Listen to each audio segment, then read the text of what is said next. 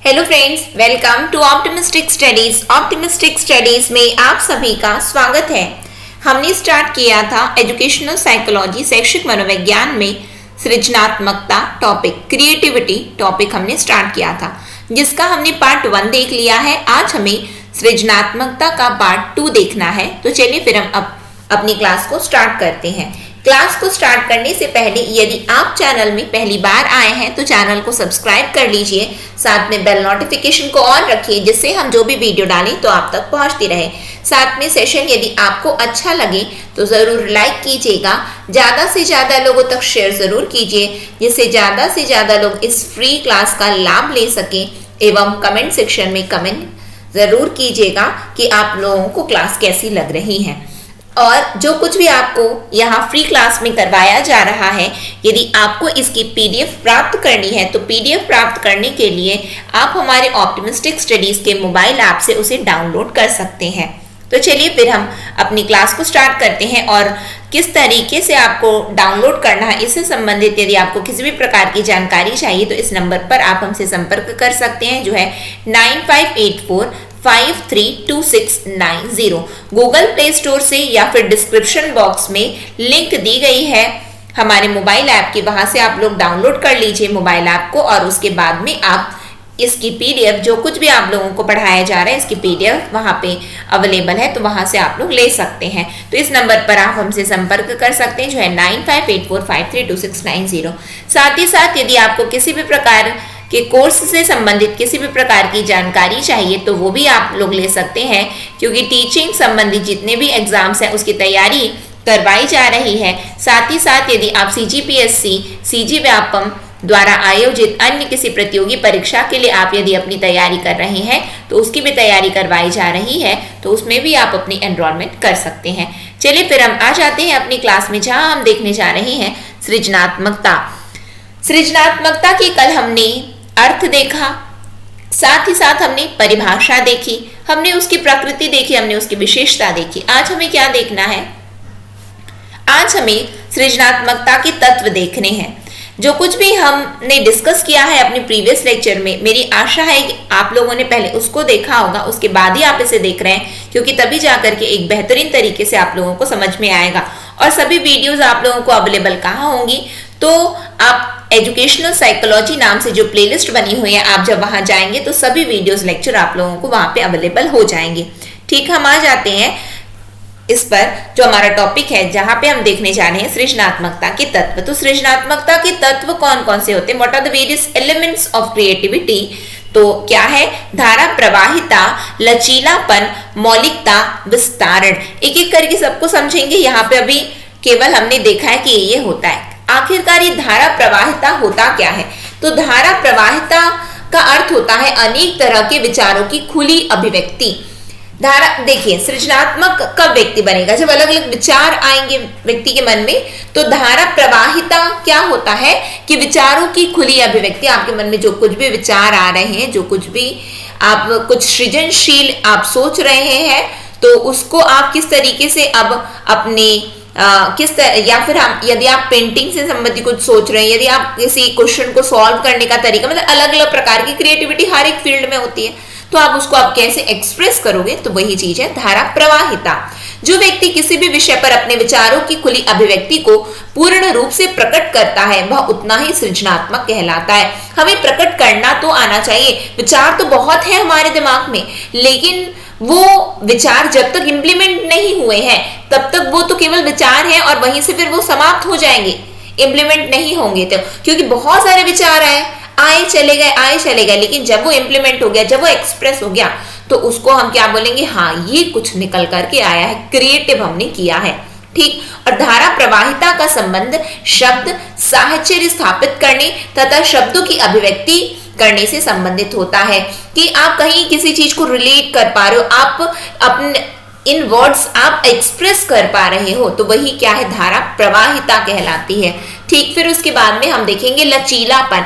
ये लचीलापन क्या है? तो लचीलापन होता है कि जब कभी भी कोई भी समस्या है, तो आप जब उसका समाधान निकालोगे, तो समाधान निकालने के लिए आप विभिन्न प्रकार के जब आप तरीकों को अपनाओगे, तो उसको ही हम कहेंगे लचीलापन। ठीक है। यहाँ पे सख्त इसका अपोजिट हो सकता है, इसका विलोम हो सकता है। वो क्या है कि आपने किसी समस्या के समाधान के लिए केवल एक रास्ता चुना है। आप भिन्न भिन्न रास्तों में, भिन्न भिन्न प्रकार के तरीकों में आप नहीं जा रहे हो। ठीक है, आपने बोला नहीं बस हो गया, ऐसे इसको सॉल्व करना है, सो करना है। जैसे कि 10 को आपने लिख दिया 5 + 5। अब उसके अलावा ये भी तो सोचिए, 10 को हम 7 + 3 लिख सकते हैं, 10 को हम 6 + 4 लिख सकते हैं। समझ में आ रहा है? तो हम अलग अलग प्रकार से क्यों एक्सप्रेस नहीं कर सकते? बिल्कुल एक्सप्रेस करते हैं। 10 ही तो लिखना है। 10 को हम ऐसे लिख सकते हैं, 9 + 1 लिख सकते हैं। 10 को हम 0 + 10 भी लिख सकते हैं, अलग अलग प्रकार से। तो एक ही कोई समस्या है, जब आप उसका समाधान निकाल रहे हैं तो उसके आप कितने विभिन्न प्रकार के तरीकों को जब आप अपना रहे हो तो उसको हम क्या कहेंगे? लचीलापन है कि आपने केवल एक पथ का अनुसरण ना करते हुए आपने भिन्न भिन्न प्रकार के तरीकों को वहां पे अपनाया है। ठीक, इसके अंतर्गत क्या होता है कि नए नए रास्ते अपनाए जाते हैं, और जो व्यक्ति नए नए रास्तों को अपनाता है किसी भी समस्या के समाधान के लिए तो वो उतना ही सृजनात्मक कहलाता है। और लचीलेपन से यह ज्ञात होता है कि व्यक्ति समस्या को कितने तरीकों से समाधान कर सकते हैं, या फिर हम बोलेंगे वह किसी भी समस्या का कितने भिन्न भिन्न तरीकों से उसका समाधान निकाल सकता है। जैसे कि कोई भी क्वेश्चन हम सॉल्व कर रहे हैं तो जरूरी नहीं कि आप केवल एक ही तरीका लिख सकें। जैसे कि टीचर्स हमें क्या किए, हमें आंसर को बोले कि ये टीचर ने लिखवा दिया आंसर, हमने रट लिया। ठीक, स्कूल डेज में अक्सर यही लोग करते हैं, हमने रट लिया। लेकिन आप ये बताइए कि केवल और केवल वही बस है? आप उसको समझ जाइए ना, आखिर उन्होंने लिखवाया क्या है। जब हम समझ जाते हैं तो हम अपने ओन वर्ड्स में लिख सकते हैं क्या? जी हाँ, हम अपने ओन वर्ड्स में लिख सकते हैं। ठीक है, तो हम बस यही है कि हम कितने अलग अलग तरीकों से, जब कोई क्वेश्चन, हम मैथ्स का कोई क्वेश्चन सॉल्व कर रहे हैं तो उसको हम कितने अलग अलग तरीकों से उसको सॉल्व कर सकते हैं। शॉर्टकट मेथड क्या होता है, लॉन्ग कट मेथड क्या होता है, यानी कि लॉन्ग मेथड क्या होता है, शॉर्टकट मेथड क्या होता है। तो हम अलग अलग तरीकों से जब किसी भी समस्या का समाधान करेंगे तो उसे ही क्या कहेंगे? तो सृजनात्मक की कोटि के अंतर्गत वो लचीलापन कहलाता है। ठीक, मौलिकता क्या होती है? तो मौलिकता के अंतर्गत यदि हम बात करें तो समस्या के समाधान के लिए व्यक्ति द्वारा दी गई अनुक्रियाओं के अनोखेपन से है।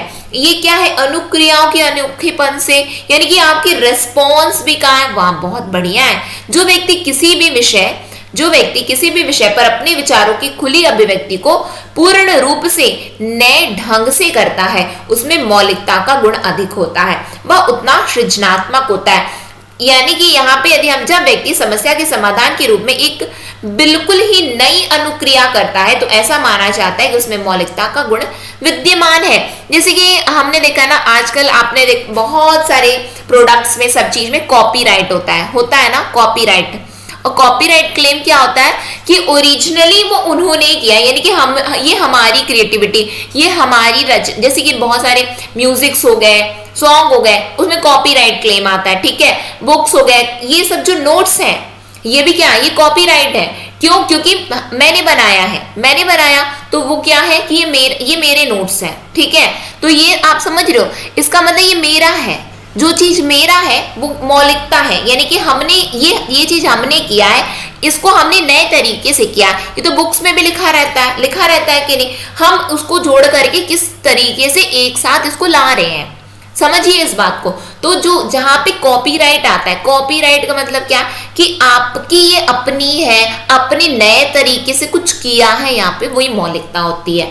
ठीक, कोई भी समस्या है उसका समाधान तो बहुत तरीके से हो सकता है, लेकिन कुछ अलग कुछ अपना, उसमें अलग आप नया कुछ कर रहे हो तो वही मौलिकता कहलाता है। और जहां पे व्यक्ति नए तरीकों को या फिर नई अनुक्रिया, नया यानी कि न्यू रिस्पॉन्स जो होते हैं उसको यदि वो अपनाता है तो वो क्या कहलाता है? सृजनात्मक कहलाता है, यानी कि मौलिक होना है हमें, तो वो भी सृजनात्मकता की कोटि में आता है। समझ में आ रहा है आप लोगों को? नेक्स्ट आगे देखते हैं, विस्तारण क्या है? विस्तारण मतलब कि आप अपने विचारों को कितना बढ़ा चढ़ा करके, कितना फैला करके आप बता सकते हो कि हम ऐसे करेंगे, ये आपके विचार हैं, अब आपको अभिव्यक्त करने हैं, आप उसके पूरे, आप हर एक डायमेंशनल को बताइए, हर एक आयाम को बताइए ना, बढ़ा चढ़ा करके बताइए कि ये मेरे विचार हैं, ये हम ऐसे करने जा रहे हैं और ये हमारा ये परिणाम निकल करके आएगा। तो वही क्या कहलाता है? विस्तारण कहलाता है। ठीक है। तो इसके अंतर्गत यदि हम देखें तो विचारों को बढ़ा चढ़ाकर विस्तार करने की क्षमता विस्तारण है। और जो व्यक्ति किसी भी विषय पर अपने विचारों को खुली अभिव्यक्ति को पूर्ण रूप से बढ़ा चढ़ाकर एवं विस्तार के साथ प्रकट करता है, उसमें विस्तारण का गुण अधिक होता है और वह उतना ही सृजनात्मक होता है। देखिए कुछ भी चीज होती है ना, आप यदि आप कोई स्टार्टअप आप कोई सा बिजनेस स्टार्ट किए हो, ठीक, अब बिजनेस आपने स्टार्ट किया है, आपके पास में पैसे नहीं है कि आप उसमें इन्वेस्ट कर सको, आप इन्वेस्टर्स के पास जा रहे हो। किसके पास जा रहे हो? आप इन्वेस्टर्स के पास जा रहे हो। इन्वेस्टर्स आपके जो कुछ भी आपने सोचा है, आपके जो विचार है कि आपको कुछ करना है, ठीक है, अब वो उसमें इन्वेस्ट क्यों करेंगे? इन्वेस्ट तब करेंगे जब आप अपने विचारों को क्या करोगे, पूरा उनके सामने मतलब पूरा व्यक्त कर दोगे कि हम ऐसे करने जा रहे हैं, कि मेरे थॉट्स हैं, कि मेरे विचार हैं, हम इसको ऐसा स्टार्ट करेंगे, स्टार्ट करने के बाद हम यहाँ तक ये जनता तक पहुंचाएंगे, हम ऐसे करेंगे, ये हमारा फाइनल रिजल्ट ले आएगा। तो जब आप अपने विचारों को कैसे अभिव्यक्त कर रहे हो, पूरा बढ़ा चढ़ा कर मतलब विस्तार कर करके, तब तो कोई इन्वेस्टर आपके बिजनेस में इन्वेस्ट करेगा ना। अदरवाइज वो क्यों इन्वेस्ट करेगा? उसको तो समझ में नहीं आया, आपने बस मैंने सोचा है इसको चालू करना है, हो गया बस ठीक है चालू करना। बहुत लोग सोचते हैं, आप जब तक बताओगे नहीं तब तक वो कुछ करेंगे क्या? वो इन्वेस्ट करेंगे नहीं आपके बिजनेस में।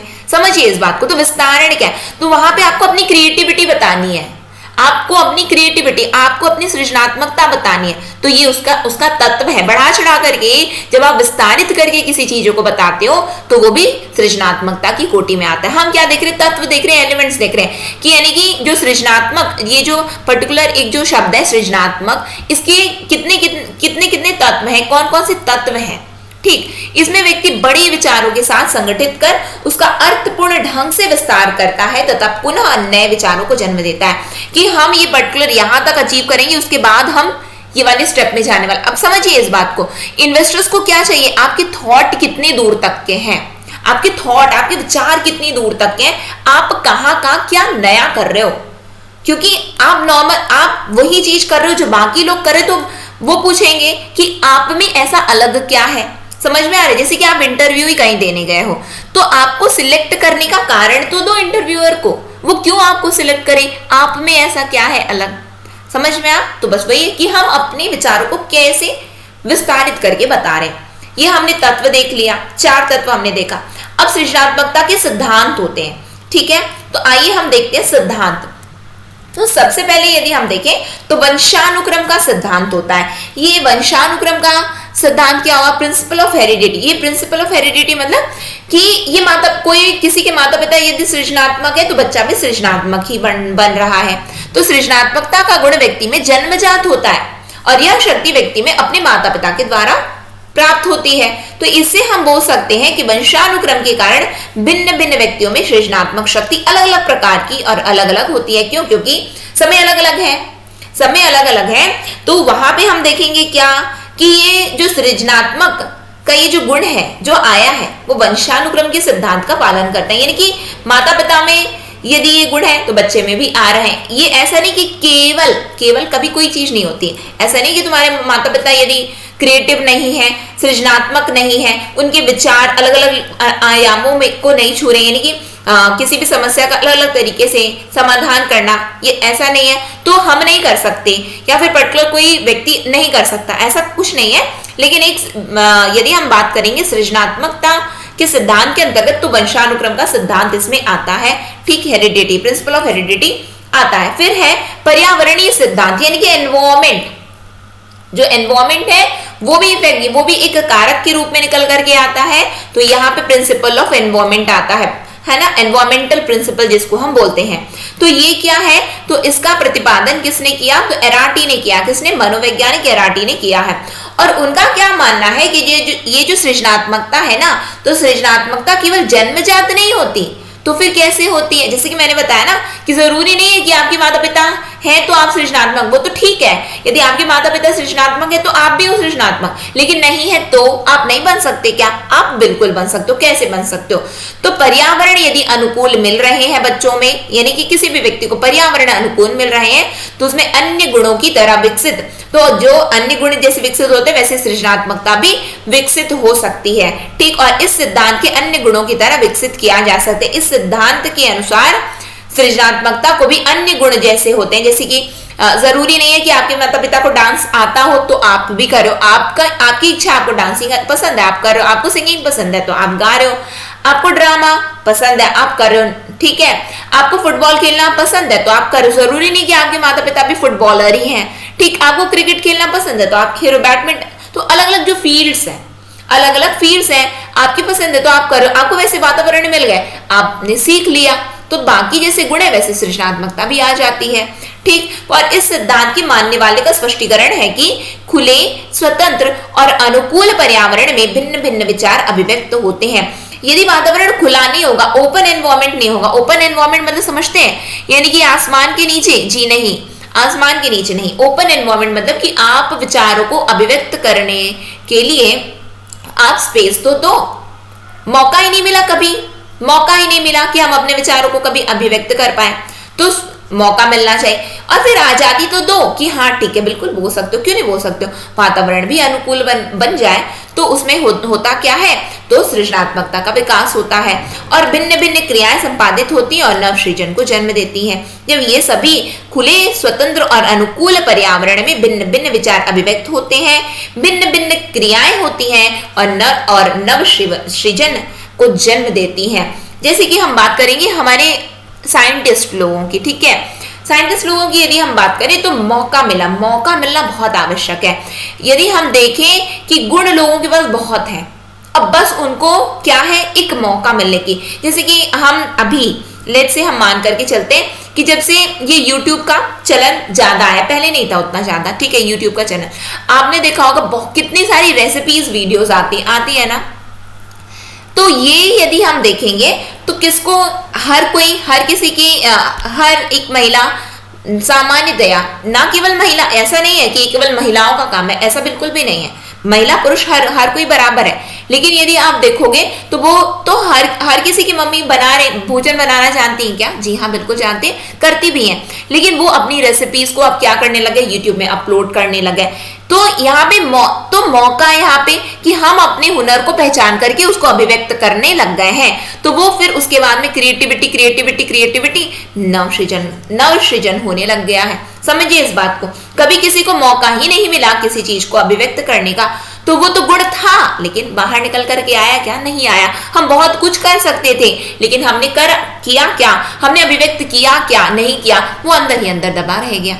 समझ में आ रहा है? फिर क्या, इसके विपरीत बंद समाज में इस शक्ति का विकास नहीं होता। बंद समाज, जैसे कि मैंने बताया ना, खुले मतलब क्या, आसमान के नीचे, जी नहीं, मौका तो मिले, मौका मिलना चाहिए। और ये बंद समाज मतलब ये क्लोज्ड सोसाइटी मतलब कि अब ये चीज तुमको नहीं करना है, ऐसा नहीं करना, वैसा नहीं करना, ये नहीं कर सकते हो, वो नहीं कर सकते हो, तो ये क्या होता है, बंद समाज। वहां पे फिर रचनात्मकता नहीं आएगी। ठीक है, कर रहे हैं, हो गया, बस जो मतलब कि सिंपल सी चीजें, बस हो गया, उठ रहे हैं, कर रहे हैं, काम कर रहे हैं, फिर वही मतलब वही नॉर्मल दिनचर्या हो रही है। कुछ क्रिएटिव करना है हमको, डेली क्या करना है, अपने आप में इंक्रीज करना है, अपने आप में इंक्रीज में कुछ नया लाना है, कुछ नया करना है। ठीक है, जो हम कुछ नया करने की यदि हमें ये सोच जगती है ना, वही तो हर चीज वो क्या होती है, हर चीज अनुकूल फिर बन जाते हैं और हर चीज काम हो जाता है। ये सृजनात्मकता की श्रेणी के अंतर्गत पर्यावरणीय सिद्धांत होता है। फिर सृजनात्मकता स्तर का सिद्धांत, ये स्तर का सिद्धांत क्या होता है, तो यदि आप लेवल प्रिंसिपल को देखोगे ना, प्रिंसिपल ऑफ लेवल, क्रिएटिविटी का जो लेवल होता है, तो इसको ना टेलर ने दिया है। और उन्होंने ना, टेलर ने तो ये स्तर का सिद्धांत तो दे दिया, सृजनात्मकता के स्तर का सिद्धांत, और उन्होंने ना 5 स्तर में ये दिया है। और क्या कहा है कि कोई व्यक्ति उस मात्रा में सृजनशील है, कोई व्यक्ति उस मात्रा में सृजनशील होता है जिस स्तर तक उसमें पहुंचने की क्षमता होती है। यानी कि हम जाएंगे, पहुंचेंगे कहां तक, जहां तक हमारी सोच गई, जहां तक हमारी सोच गई। ठीक है, हम यदि बात करते हैं कि हमको केवल छोटी सी मतलब छोटी बड़ी नहीं, हमने अपने आप को कहीं पे लिमिट कर लिया, बस हो गया, इतना पर्याप्त है, इतना ठीक है, इतना बस हम यहाँ तक पहुंच गए। तो हम पहुंचेंगे कहां तक, यहीं तक पहुंच, क्यों? क्योंकि हमने अपने आप को यहां तक ही रोका है, हम आगे नहीं गए, हम आगे नहीं गए, तो हम सृजनशील कितने दूर तक होंगे, जितने तक हमारी पहुंचने की क्षमता, यानी कि बिल्कुल पहुंचने की क्षमता के अंतर्गत यदि हम बात करें तो स्तर के रूप में ये बहुत अच्छी तरीके से टेलर ने बताया है।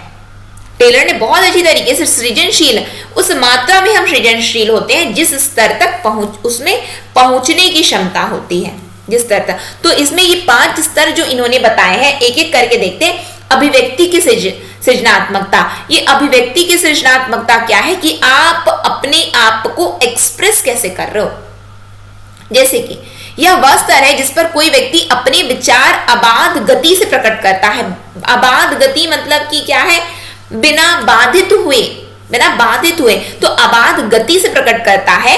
इन विचारों का संबंध मौलिकता से हो यह आवश्यक नहीं होता। इन विचारों का संबंध, अब देखो, मौलिकता से हो यानी कि आपने कुछ नया किया है, आपने कुछ नया किया और उसके बाद में आप एक्सप्रेस करो, जरूरी है क्या? जी नहीं। आप कहीं से कुछ चीज सीखे हो, आप उसको बेस्ट तरीके से एक्सप्रेस कर सकते हो क्या?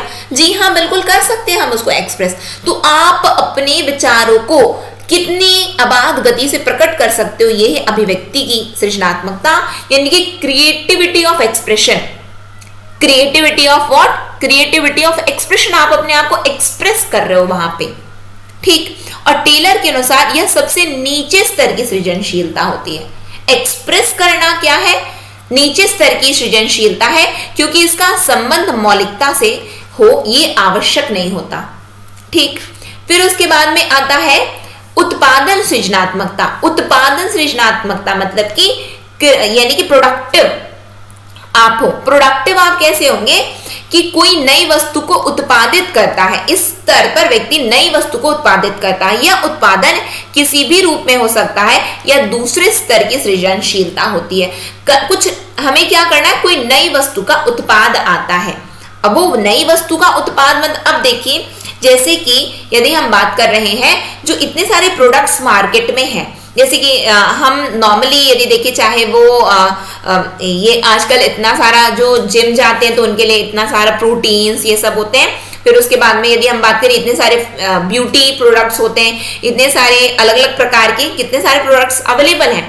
तो आप ये बताओ, कुछ ये उत्पादन सृजनात्मकता के अंतर्गत क्या आता है कि आपने तो पहला स्तर क्या था कि आप अपने आप को एक्सप्रेस कर पाए। दूसरे स्तर में क्या हुआ, आपने कोई चीज को क्या कर पाया, आपने उत्पादन कर पाया, यानी कि हम क्या कर पाए, उत्पादन कर पाए। इसमें क्या था, हम किसी चीज को अभिव्यक्त कर पाए, ठीक। फिर क्या है, नव परिवर्तित सृजनात्मकता। ये क्या है, तो किसी विचार या अनुभव के आधार पर नए रूप को प्रदर्शित करना। अब कुछ नया, यानी कि आप में कोई पहले से कुछ विचार है, कुछ है, किसी विचार या अनुभव, हमें ना ये मेरे ना एक्सपीरियंस है, ये मेरे एक्सपीरियंस है। फिर उसके बाद क्या, तो एक्सपीरियंस के बाद आप कुछ नया दिखा रहे हो। क्या करो, आप कुछ नया दिखा रहे हो। जैसे कि हम मान करके चलते हैं, सिंपल आप ऐसे समझो ना कि आप कोई बिजनेस अपना ओपन करना चाहते हो, ठीक है, आप कोई स्टार्टअप के बारे में आप सोचे हो।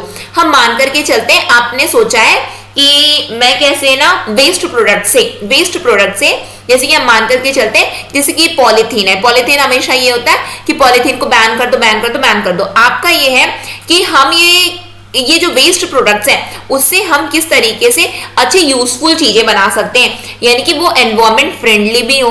एनवायरमेंट फ्रेंडली यानी कि पर्यावरण को वो बिल्कुल दूषित ना करते हो, ठीक है। जैसे कि हम ये जो आजकल आपने देखा होगा कि अक्सर ये बोला जाता है कि जैसे चाय पीने के लिए आजकल वो जो अलग प्रकार की जो थर्माकोल्स जो सिंपल इस तरीके का आता है ना, छोटा इस तरीके का आता है, तो वो वाला हम मान करके चलते हैं, ठीक है। अब वो क्या, हम ऐसा कुछ प्रोडक्ट सोचें जो कि एनवायरमेंट फ्रेंडली, पर्यावरण को वो दूषित नहीं करेगा। तो वो पहले आपके विचार थे, आपने अपने विचार को अभिव्यक्त कर दिया। अब आपके जो विचार है, आप एग्जैक्टली में क्या सोचे हो, आपने उसका उत्पादन किया।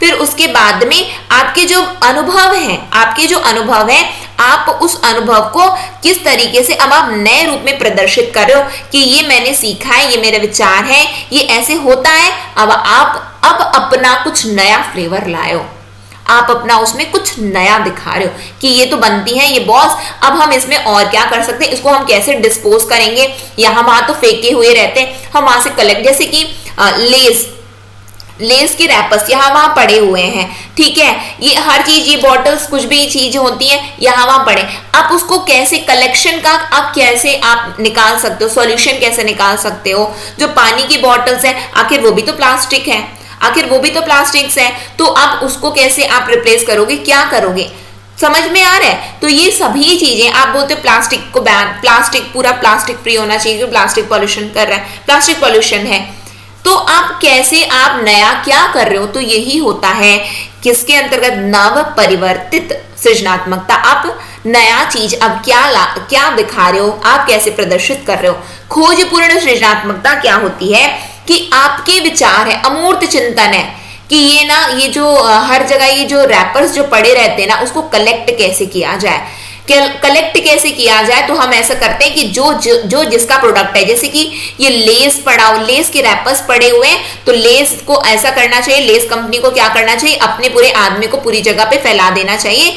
वो जहां जहां पे अपने प्रोडक्ट्स को भेज रहे हैं, अब वो क्या करें, वहां से कलेक्शन की भी जिम्मेदारी उनकी ही होगी, कलेक्शन की जिम्मेदारी उनकी होगी। समझ में आ रहा है। तो अमूर्त चिंतन के आधार पर नए सिद्धांत को प्रकट करना, ये आपकी सोच है, आपकी थिंकिंग है, अमूर्त है वो, अभी वो बिल्कुल आई नहीं है, ठीक है, प्रकट नहीं हुई है, अमूर्त चिंतन है। उसमें आपने क्या नया बताया, आपने उसमें कि कैसे हम ये लेस के रैपर जो हर जगह पड़े रहते हैं, ये केवल एग्जाम्पल के रूप में आपको समझा रही हूँ, ठीक है, हर जगह पड़े रहते हैं, प्लास्टिक फ्री जो बोल रहे हैं, तो क्या करेंगे, यानी कि पॉलीथीन, तो अगर वो भी तो पॉलीथीन की कैटेगरी में आते हैं, उसको कैसे कलेक्ट किया जाए। तो कलेक्ट ऐसे करेंगे हम कि लेस कंपनी को बोलेंगे, जिस कंपनी के जो प्रोडक्ट हैं वो अपने सभी जो पूरे जितने आदमी है अलग अलग काम दे दें कि इस जोन का आप देखोगे, इस जोन का आप देखोगे, और उसके बाद में कलेक्शन की भी जिम्मेदारी कंपनी की होगी। समझ में आया, कलेक्ट हो गया। तो खोजपूर्ण सृजनात्मकता, क्या आप अब अमूर्त चिंतन के आधार पर नए सिद्धांत को प्रकट कर रहे हो, सृजनात्मकता हो गई।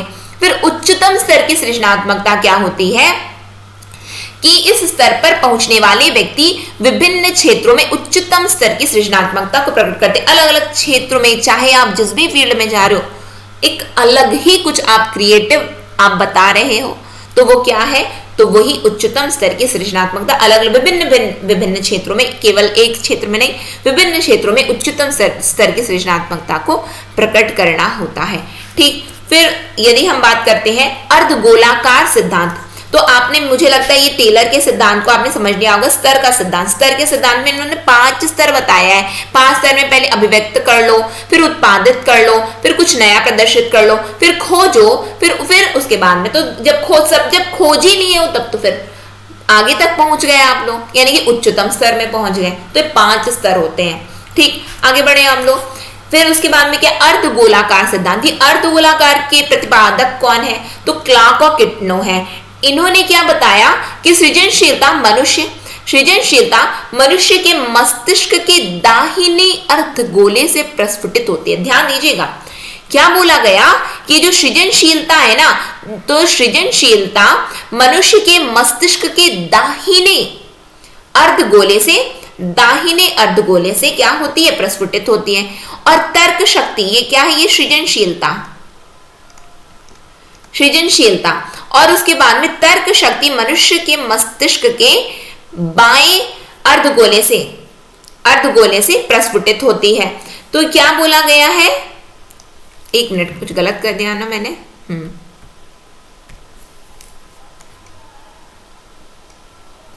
ये हम ऐसे यदि हम बात करें तो क्या बोला गया, दाहिने, पहले तो ये सोचो दाहिने और बाएं, तो इन्होंने बोला सृजनशीलता यहाँ पे है, सृजनशीलता यहाँ पे है, और क्या है यहाँ पे, क्या है, ये तर्क शक्ति है। ये तर्क शक्ति, ये कौन बोल रहा है, अर्धगोलाकार सिद्धांत के अंतर्गत क्लार्क का और किटनो का कहना है। ठीक है, तो इनका ये कहना है कि मनुष्य के मस्तिष्क के जो दाहिना जो अर्धगोला है, तो वहां से सृजनशीलता आती है, और जो बायां अर्धगोला है वहां से तर्क शक्ति आती है। इस सिद्धांत के अनुसार सृजनात्मक कार्य व्यक्ति के मस्तिष्क के दोनों ओर के अर्धगोलों के बीच अंतःक्रिया के फलस्वरूप होते हैं। क्या बताया गया है कि सृजनात्मकता सृजनात्मक कार्य जो होते हैं वो मस्तिष्क के दोनों ओर के अर्धगोले के बीच अंतः क्रिया के फलस्वरूप होते हैं। सृजनशीलता, उसके बाद में क्या हो रहा है, उसके बाद में अब सृजनात्मक कार्य निकल करके आ रहे हैं। सृजनशील हो आप, तर्क शक्ति आप में है, सृजनात्मक कार्य आप कर रहे हो। ये कौन बोल रहा है? अर्धगोलाकार सिद्धांत के अंतर्गत आता है। ठीक, समझ में आगे बढ़े हम लोग। फिर क्या है? मनोविश्लेषणात्मक सिद्धांत। मनोविश्लेषणात्मक सिद्धांत के प्रतिपादक फ्रायड हैं। ठीक, इनका ये कहना है कि जो अचेतन मन में संचित जो अतृप्त इच्छाएं हैं, क्या बताया गया? सृजनशीलता मनुष्य के अचेतन मन में जो संचित जो अतृप्त इच्छाओं की अभिव्यक्ति के कारण आती है। ये क्यों हम सृजनशील हैं? क्यों इतनी क्यूरियोसिटी है? क्यों किसी चीज को जानने की इच्छा है? वो जानने की इच्छा फिर पूर्ण होती है, फिर हम उसमें और क्या कर रहे हैं वो निकल करके आता है। क्योंकि ये जो हमारा अचेतन मन है उसमें जो हमारी जो संचित है जो अतृप्त इच्छाएं, उसके कारण वो अभिव्यक्त होना चाहती हैं, उसके कारण ही हम सृजनशील बनते हैं। और ये जो अतृप्त इच्छाओं को शोधन करने से वे सृजनात्मक कार्य की ओर अग्रसर होते हैं। जो अतृप्त इच्छाएं हैं हमारी, क्यों, कौन बोल रहा है ऐसा फ्रायड का कहना है। किसका कहना है? फ्रायड का कहना है कि हमारी जो अचेतन मन है ना, अनकॉन्शियस माइंड में जो भी हमारी अतृप्त इच्छाएं रहती हैं, जो जिनकी तृप्ति नहीं हुई है, तो वही अब क्या करना चाहती हैं, वही अभिव्यक्त होना चाहती है। तो इन अतृप्त इच्छाएं, ये जो अतृप्त इच्छाएं हैं वही सृजनात्मक कार्य के रूप में प्रकट होकर के निकलती हैं। ठीक है, ये किसके अंतर्गत आता है? मनोविश्लेषणात्मक सिद्धांत के अंतर्गत आता है। फिर है, तो ये हमने सिद्धांत देख लिया। अब तक बताइए हमने क्या क्या देखा? आज की क्लास में हमने तत्व देखा, आज की क्लास में हमने सिद्धांत देखा, और अब हम देखने जा रहे हैं विशेषताएं कि सृजनात्मक व्यक्ति की क्या विशेषताएं हैं। तो बताइए क्या होंगी? आपको क्या लगता है सृजनात्मक व्यक्ति की क्या विशेषताएं होंगी? सृजनात्मक व्यक्ति की स्मरण शक्ति अत्यंत तीव्र होती है, स्मरण शक्ति। ठीक, फिर सृजनात्मक व्यक्ति विचारों एवं अपने द्वारा किए गए कार्यों में मौलिकता को प्रदर्शित करता है। किसको प्रदर्शित करता है? जो सृजनात्मक है, उसके थॉट्स है ना, उसके थॉट्स है तो वो मौलिक होंगे क्या? जी हाँ, बिल्कुल मौलिक होंगे, क्योंकि वो व्यक्ति सृजनात्मक है।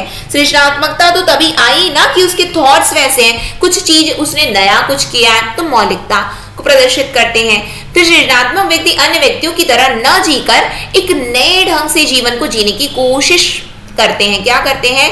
एक नए ढंग से जिया जाए, कुछ नयापन चाहिए, कुछ नए तरीका चाहिए। हर कोई तो जी रहा है, हर कोई तो काम कर रहा है। आप ये बताओ, काम तो पंछी हमसे ज्यादा करते हैं, वो भी समय पर करते हैं। बिल्कुल इतने बजे आप नोटिस करना कि सुबह सुबह वो सवेरे बिल्कुल काम पे निकल जाते हैं, शाम को काम पर मतलब वापस घर में चले आते हैं। जहाँ कहीं भी वो घोंसला बनाया है, जहाँ कहीं भी उन्होंने अपना डेरा जमाया हुआ है, चले आते हैं। दिन भर काम करते, दाना चुनते हैं, सब करते हैं। ठीक है, अपने बच्चों का पालन भी करते हैं। चिड़िया क्या करती हैं? बच्चों को उड़ना भी तो सिखाती हैं। पहले तो उड़ते नहीं है कि पैदा होते उड़ जाते, नहीं, सिखाते। तो देखा जाए तो वो तो हमसे ज्यादा काम कर रहे हैं, दाना भी चुनते, हर कुछ करते हैं। तो हम मनुष्य और उनमें अंतर क्या है? विवेक का अंतर है। क्या है? विवेक का अंतर है। आप क्या कर सकते हो? अपने जीवन को बदल सकते हो। आप जो बनना चाहते हो आप वो बन जाओगे, लेकिन वो बन पाएंगे क्या? वो नहीं बन पाएंगे।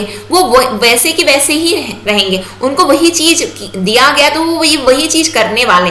तो समझिए, जो सृजनात्मक व्यक्ति होता है वो क्या है कि जीवन, वो सामान्य व्यक्तियों की तरह जीवन ना जी करके नए ढंग से जीवन को जीने की कोशिश में लगा रहता है, कुछ नया करना है।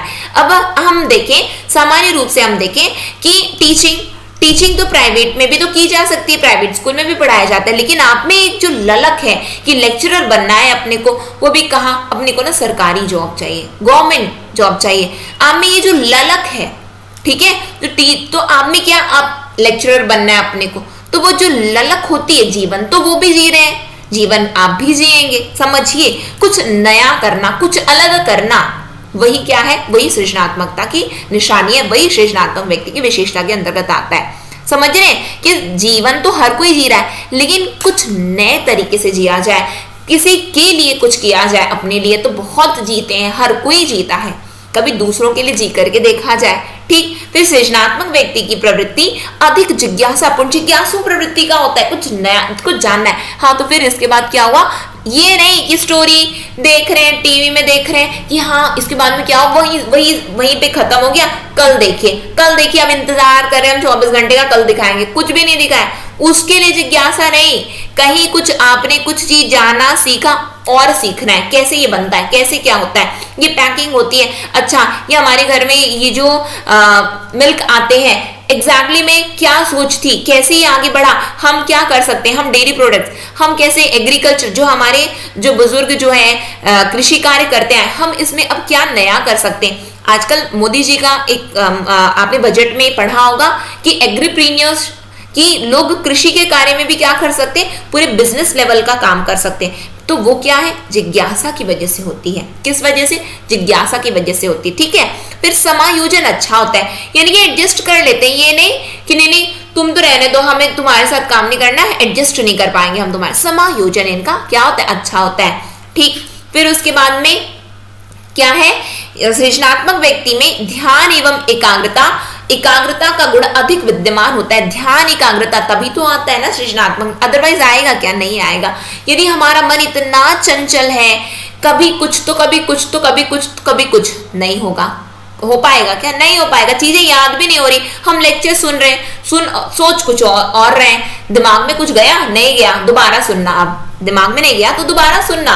तो जरूरी क्या है, तो ध्यान और एकाग्रता का गुण इनमें अधिक पाया जाता है। फिर क्या है, ये प्राय आशावान, प्राय क्या होते हैं, आशावान एवं दूर की सोच रखने वाले, आशावादिता, सब कुछ छिन जाए लेकिन कभी भी जीवन में आशावादिता नहीं छिननी चाहिए। इसको अपने हाथ से कभी मत जाने देना, कभी मत जाने देना। कितनी भी कठिन से कठिन परिस्थिति आए, हमेशा क्या बने रहना है, ऑप्टिमिस्टिक बने रहना है। क्या बने रहना है जिंदगी में, ऑप्टिमिस्टिक बने रहना है। यही आपको सफलता दिलाएगा, यही आपको सफलता दिलाएगा जीवन में। याद रखिएगा, चाहे कितनी विषम से विषम परिस्थिति आ जाए, ये जो ऑप्टिमिस्टिक है ना, उसको कभी अपने जीवन से आपको निकालना नहीं है। क्यों? क्योंकि जो आशावादिता होती है वो सभी समस्याओं का हल होता है। क्यों? क्योंकि जहां पे निराशा आ जाती है ना जीवन में, तो बस वहां से हर चीज खत्म, हर चीज खत्म। निराशावादिता नहीं, आशावादिता। और ये लोग क्या होते हैं, दूर की सोचते हैं, आशावान रहते हैं और किसी भी निर्णय को लेने में संकोच नहीं करते। आपने निर्णय लिया ही नहीं है, आप निर्णय ले नहीं रहे हो क्योंकि आपको उसमें उसको करने का आपने मन ये बनाया, नहीं मुझ में सामर्थ्य नहीं, जबकि है आप में वो सामर्थ्य, हम जान नहीं रहे अपने वो सामर्थ्य को। तो संकोच ही नहीं होते कि निर्णय लेने में संकोच नहीं करते और आत्मविश्वास के साथ निष्कर्ष तक पहुंचते हैं। किस पर पहुंचते हैं? निष्कर्ष तक पहुंच जाते हैं। जो भी स्पेलिंग मिस्टेक है उस पर ध्यान नहीं दीजिए, समझने की कोशिश कीजिए यहाँ पे, ठीक है। टाइपिंग मिस्टेक है यहाँ पे। फिर उसके बाद में यदि हम देखें तो आपको क्या सामान्य सी बातें हैं जो कि आप लोग, वही चीज तो आप लोगों को अपने जीवन में अपनानी है बस, ठीक है। कि किसी भी कार्य को करने, किसी कोई भी निर्णय लेने में संकोच मत करो। आज यदि हमें, आपने मन बना लिया लेक्चरर, हमें एग्जाम किसी भी एनी हाउ अपने को क्रैक करना ही है, अपने को पास करना ही है, तो ज्यादा विचार नहीं करना है, अरे हमको कोर्स परचेज करना चाहिए नहीं करना चाहिए, हमको बुक परचेज करना चाहिए या नहीं, हमसे खुद हो जाएगा। इतना विचार क्यों कर रहे हो? इतना क्यों विचार? इतना जो विचार कर रहे हो इसका मतलब आपको कॉन्फिडेंस नहीं है कि हम कहीं पे पैसे लगाएंगे तो आप पास हो पाओगे। आपको मतलब अपने पर कॉन्फिडेंस नहीं है कि मैं पढ़ पाऊंगा क्या, मैं पढ़ पाऊंगी क्या, या मेरा ना टाइम टेबल सेट नहीं है, मैं ना ज्यादा देर पढ़ नहीं पाता हूँ, मेरा ना ज्यादा देर तक मुझे ना कोई भी चीजें, मतलब कि मैं किसी भी चीज को ना करता हूँ फिर कुछ दिन बाद में उसको छोड़ देता हूँ। यानी कि आपको अपने ऊपर विश्वास नहीं है। जब तक आप ये सोचो, यदि आपको अपने पर विश्वास नहीं होगा तो कोई व्यक्ति, कोई दूसरा व्यक्ति आप पे क्यों विश्वास करे? आपको जब अपने ऊपर विश्वास नहीं है तो कोई दूसरा आप पे विश्वास करेगा क्या? बिल्कुल नहीं करेगा। तो जरूरी क्या है, पहले आपको अपने ऊपर विश्वास तो हो। अपने ऊपर विश्वास हो गया, जी हाँ हो गया, उसके बाद क्या किया जाए? उसके बाद स्टेप तो लो, स्टेप लो तो सही। निर्णय करना है, हवे हवे में काम नहीं होता, कदम बढ़ाना पड़ता है, तब तो पहुंचोगे मंजिल तक पहुंचना चाहते हो और सोचो कि घर में बैठे बैठे पहुंच जाए, ऐसा हो सकता है क्या? निकलना तो पड़ेगा। निकलना तो पड़ेगा, राह में आना तो पड़ेगा, तब तो मंजिल में पहुंचोगे। बस वही है। तो सृजनात्मक व्यक्ति निर्णय लेने में संकोच नहीं करते, आत्मविश्वासी होते हैं। फिर क्या है, जो सृजनात्मक व्यक्ति होते हैं, विचार अभिव्यक्त का गुण अत्यधिक विद्यमान रहता है। यानी कि जैसे कि मैंने बताया ना, आपने सोचा है कोई बिजनेस स्टार्ट करना है, स्टार्टअप है हमारा, आप इन्वेस्टर्स के पास गए हो। इन्वेस्टर्स क्यों आपके बिजनेस में इन्वेस्ट करेंगे? क्यों कोई अपना पैसा लगा दे? क्यों लगा दे? आप उनको बताओ तो ये मेरे आइडियाज हैं, तब तो जाकर के पैसे मिलेंगे ना, तब तो आगे बढ़ोगे। फिर क्या है, सृजनात्मक व्यक्ति का व्यवहार अत्यधिक लचीला होता है। ये नहीं तुम्हारे साथ ना मुझे जमता नहीं, मैंने आज के बाद मेरे से बात मत करना, आज के बाद मैं तेरे से बात नहीं करूंगा, ये नहीं है। ठीक है, जो है जैसा है, ये व्यक्ति ऐसा है, ये व्यवहार भी आपका लचीला होना चाहिए। ये नहीं सख्त सा बने हो, किसी के सामने बोल नहीं रहे हो, किसी के सामने बात नहीं कर रहे हो, अपनी एक अलग से एटीट्यूड, अपनी अलग से दुनिया, तो वैसा नहीं। व्यवहार भी क्या होना चाहिए, लचीला सा होता है। लचीला सा होता है मतलब सबके साथ में समायोजन करने की विशेषता पाई जाती है और परिस्थितियों के अनुसार जल्दी ही परिवर्तित हो जाते हैं। जैसी परिस्थिति, जैसे इसमें जैसा देश वैसा भेष, आपने ये बहुत ही ज्यादा ये वाक्य सुना होगा। लेकिन यदि हम देखें तो हमें होना कैसा चाहिए कि जिस भी पर्यावरण में जाओ, जिस भी वातावरण में जाओ, उसके अनुसार ढल जाओ, उसके अनुसार। ऑफिस गए हो, ऑफिस जाना स्टार्ट कर दियो, वहां पे बोलो मैंने एडजस्ट नहीं कर पा रहा, तो ठीक है, आप एडजस्ट नहीं कर पा रहे हो तो जाओ फिर, ठीक है, क्योंकि वो तो करेंगे। फिर सृजनात्मक व्यक्ति में कल्पना शक्ति तीव्र होती है। क्या होती है? जो कल्पना शक्ति होती है वो तीव्र होती है, कल्पना शक्ति तीव्र होती है। सृजनात्मक व्यक्ति किसी भी विषय पर अपने विचारों को अभिव्यक्त एवं उस अभिव्यक्ति पर विस्तारण का गुण रखता है। यानी कि एक्सप्रेस तो कर दिया, और कैसे बता सकते हो, बताओ ना। तो फिर क्या है, किसी भी समस्या का समाधान नए तरीके से ये करते हैं। फिर उन अपने व्यवहार सृजनात्मक उत्पादन में आनंद एवं हर्ष का अनुभव करते हैं। आप पढ़ रहे हो, अरे बोरियत सा लग रहा है, अच्छा नहीं लग रहा, इंटरेस्टिंग तो बना दो, इंटरेस्टिंग तो बना दो। फिर देखो कि वो कैसे इंटरेस्टिंग नहीं लगता।